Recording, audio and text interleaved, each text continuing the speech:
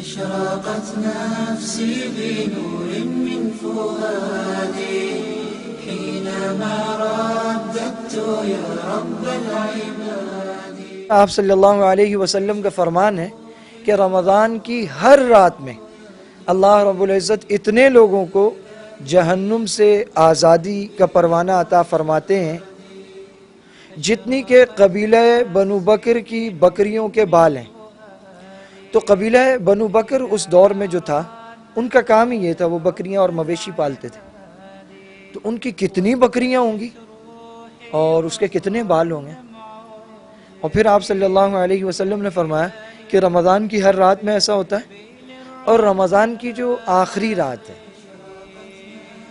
اسے آپ رمضان کی آخری رات کہیں یا لیلۃ الجائزہ جو آپ نے فرمایا، اس سے مراد ہے کہ اگلے دن صبح عید ہے. وہ جو رات ہے وہ ہے لیلۃ الجائزہ. جائزہ کا معنی ہوتا ہے انعام، یعنی وہ انعام والی رات ہے. تو اس ایک رات میں اللہ تعالیٰ اتنے لوگوں کو جہنم سے آزادی عطا فرماتے ہیں جتنی کہ پورے رمضان کی تمام راتوں میں، اس سب کو جمع کر کے ایک رات میں. اور یہ ایک رات وہی ہے جس رات باقیوں کو تو چھوڑیں، اعتکاف سے لڑکے اٹھ کے داڑھی شیو کروا رہے ہیں. وہ جو ایک نور اعتکاف میں مل جاتا ہے اور ہم رمضان کے احترام میں اسے رکھتے ہیں. ہم یہ کہتے ہیں کہ داڑھی آپ صلی اللہ علیہ وسلم کی سنت ہے. تو یہ آپ کی سنت اس لیے کہ آپ کا طریقہ ہے، اس کا شرعی حکم سنت نہیں ہے، شریعت میں تو واجب ہے یہ. تو اس رات میں جب اللہ تعالیٰ نے بخشنے کا اور انعام دینے کا ایک سلسلہ شروع کیا اور لا تعداد لوگ بخشے جا رہے ہیں، ہم جا کر ہیئر ڈریسر کی شاپ پر اس داڑھی پر بلیڈ پھروا رہے ہیں، تو ہم تو انعام یافتگان کی لائن سے خود نکل رہے ہیں. یہ وہ رات ہے جو پوری رات ہم یہ سوچ کر کہ رمضان ختم ہو گیا ہم بازاروں میں گزار دیتے ہیں، ہم دوستوں کو لیتے ہیں اور ہلا گلا کرنے نکل جاتے ہیں، اور رات گئے تک ہم اس کام میں لگے ہوتے ہیں. تو لیلۃ الجائزہ وہ رات جو رات انعام لینے کی ہے، اس رات کو اللہ تعالیٰ کو ناراض کرنے کا ہم نے ایک ذریعہ بنا لیا. ہم جاتے ہیں اور یہ سوچ کر کہ کل عید ہے، مہمان آئیں گے، اتنا کچھ خرید کر لے آتے ہیں جس کی کوئی خاص ضرورت نہیں ہوتی. اور اس رات میں ہم یہ سوچ کر کہ شاید رمضان ختم ہو گیا ہے، تو یہ سوچ کر ہم غیر محتاط ہو جاتے ہیں. اور اسی طرح یہ کہ ہمارے ایک عالم تھے، اللہ تعالیٰ انہیں غلیق رحمت کرے، وہ بہت پیاری مثال دیتے تھے. وہ کہتے تھے دیکھیں اگر کسی جماعت کا یا گروپ کا لیڈر اسے قید کر لیا جائے، اریسٹ کر لیا جائے، تو جو اس کے کارکنان ہوتے ہیں وہ آ کر متعلقہ افسر کے آفس کے سامنے دھرنا دے دیتے ہیں.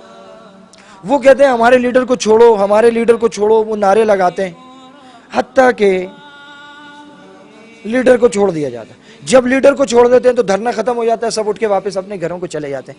وہ کہتے ہیں ایسا لگتا ہے کہ 11 مہینے شیطان کی مان کر ہم نے شیطان کو اپنا لیڈر بنا لیا ہے.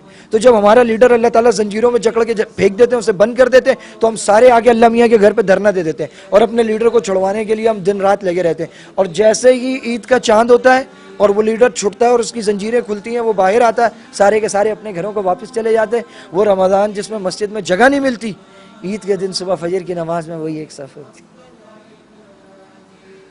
تو ہم نے شیطان کو اپنا لیڈر بنا لیا، حالانکہ ہمارا لیڈر وہ نہیں ہے. ہم تو آپ صلی اللہ علیہ وسلم کے امتی ہیں اور ہمارے قائد تو آپ صلی اللہ علیہ وسلم ہیں. اور آپ کا جو دین ہے وہ رمضان میں بھی ہے، وہ باقی 11 مہینوں میں بھی ہے.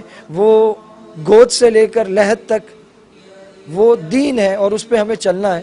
تو یہ لیلۃ الجائزہ جو بڑی قیمتی رات ہے، اس رات کو ہمیں ضائع نہیں کرنا چاہیے.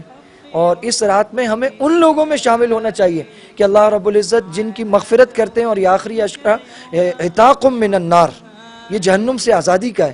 تو ان میں شامل ہونا چاہیے جو عتقاء من النار ہیں، جو جہنم سے آزادی کے جن کو پروانے مل رہے ہیں.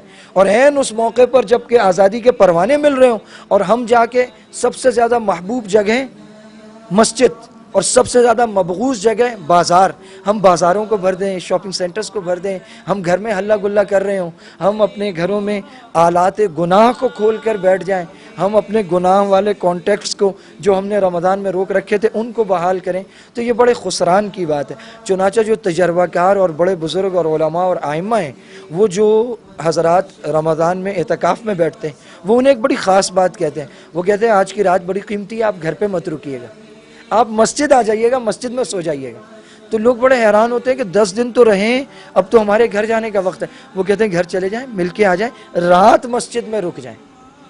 اور یہ بڑی قیمتی بات ہے, یہ بڑی قیمتی بات ہے. وانتشت روحي وصار الدمع يجري